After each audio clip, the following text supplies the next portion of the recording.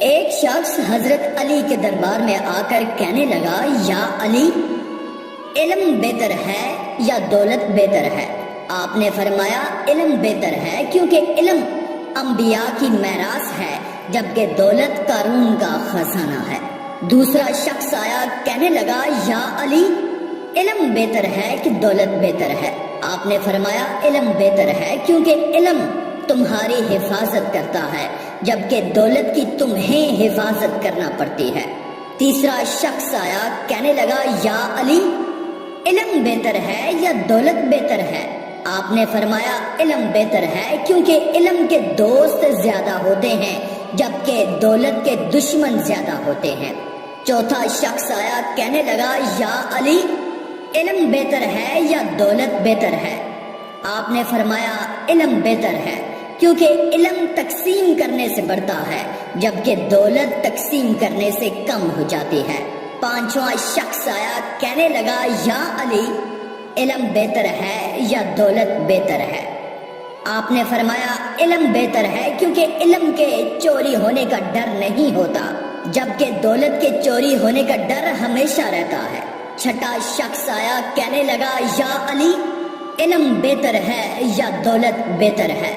آپ نے فرمایا علم بہتر ہے، کیونکہ زمانے کے گزرنے کے ساتھ ساتھ علم پرانا نہیں ہوتا، جبکہ خزانہ پرانا اور بوسیدہ ہو جاتا ہے۔ ساتواں شخص آیا، کہنے لگا، یا علی، علم بہتر ہے یا دولت بہتر ہے؟ آپ نے فرمایا علم بہتر ہے، کیونکہ علم دنیا اور آخرت دونوں میں تمہارا ساتھی ہے، جبکہ دولت کا آخرت کے ساتھ کوئی تعلق نہیں، وہ صرف دنیا تک ہی تمہارا ساتھی ہے۔ ساتھ میں بیٹھنے والے لوگ حضرت علی کو حیرانگی کے عالم میں دیکھنے لگے۔ ایک ہی بات پر سوالوں کے انبار لگے ہیں اور ہر دفعہ مختلف انداز میں سوالوں کے جواب دے رہے ہیں۔ اتنے میں آٹھواں شخص آیا، کہنے لگا، یا علی، علم بہتر ہے یا دولت بہتر ہے؟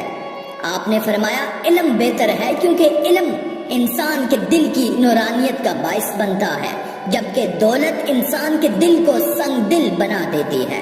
اتنے میں دسواں شخص آیا، کہنے لگا، یا علی، ایک سوال پوچھنا ہے۔ جی پوچھئے، کہا علم بہتر ہے یا دولت بہتر ہے؟ آپ نے فرمایا علم بہتر ہے، کیونکہ علم والا شخص ہمیشہ کے لیے نرم مزاج رہتا ہے، جبکہ دولت رکھنے والا شخص متکبر ہو جاتا ہے۔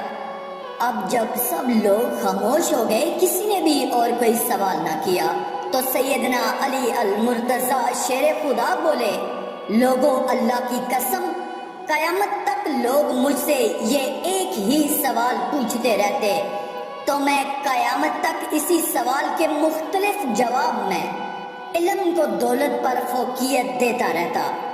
دوستو، سیدنا علی المرتضیٰ شیر خدا کے علم کا اندازہ نہیں کیا جا سکتا، تو پھر نبی کریم صلی اللہ علیہ وآلہ وسلم کے علم کا کیا مقام ہوگا؟ ویڈیو پسند آئے تو کمنٹ میں سبحان اللہ